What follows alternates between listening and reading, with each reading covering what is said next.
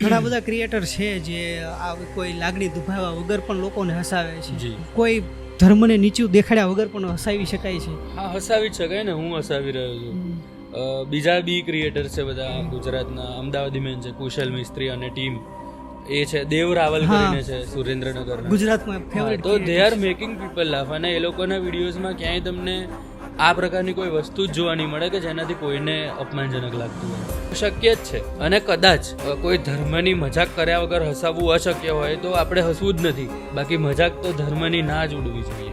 તમે હસવાનું મૂકી દો, હસાવવાનું આપણે નથી હસાવવું, પણ જે સનાતનનું અપમાન થવું એ બહુ જ ખોટી વાત છે. અને હું એઝ અ ક્રિએટર મારી ઇમેજને મારું લેવલ સાઈડમાં મૂકી દઉં છું. જ્યારે ધર્મની વાત આવે તો હું પહેલાં ધર્મ માટે ઊભો રહું.